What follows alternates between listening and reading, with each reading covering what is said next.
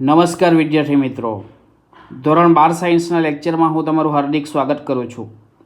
વિદ્યાર્થી મિત્રો, આજે આપણે જોવાના છે ટોપિકનું નામ છે વિદ્યુત ક્ષેત્ર રેખાઓની લાક્ષણિકતા. અને વિદ્યાર્થી મિત્રો ખાસ યાદ રાખજો કે આ ક્વેશ્ચન કરવા વગર એક્ઝામ આપવા જવું નહીં, બરાબર? તો વિદ્યુત ક્ષેત્ર રેખાઓની લાક્ષણિકતા યાદ રાખવા માટે તમારે ફક્ત યાદ રાખવાનું છે NEO. N એટલે નેવર ઇન્ટરસેક્ટ, બરાબર?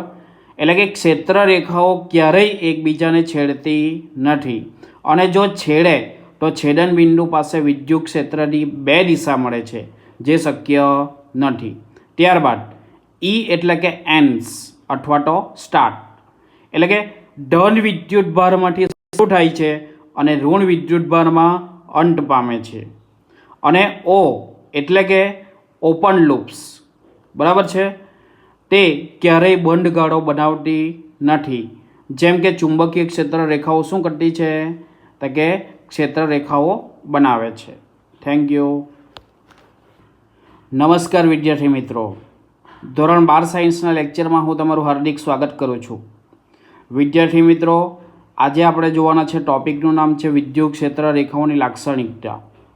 અને વિદ્યાર્થી મિત્રો ખાસ યાદ રાખજો કે આ ક્વેશ્ચન કરવા વગર એક્ઝામ આપવા જવું નહીં, બરાબર? તો વિદ્યુત ક્ષેત્ર રેખાઓની લાક્ષણિકતા યાદ રાખવા માટે તમારે ફક્ત યાદ રાખવાનું છે NEO. N એટલે નેવર ઇન્ટરસેક્ટ, બરાબર? એટલે કે ક્ષેત્ર રેખાઓ ક્યારેય એકબીજાને છેડતી નથી, અને જો છેડે તો છેદન બિંદુ પાસે વિદ્યુત ક્ષેત્રની બે દિશા મળે છે, જે શક્ય નથી. ત્યારબાદ E એટલે કે એન્ડ્સ અથવા તો સ્ટાર્ટ, એટલે કે ધન વિદ્યુત ભારમાંથી શરૂ થાય છે અને ઋણ વિદ્યુત ભારમાં અંત પામે છે. અને O એટલે કે ઓપન લૂપ્સ, બરાબર છે, તે ક્યારેય બંધ ગાળો બનાવતી નથી. જેમ કે ચુંબકીય ક્ષેત્ર રેખાઓ શું કરતી છે? તો કે ક્ષેત્ર રેખાઓ બનાવે છે. Thank you.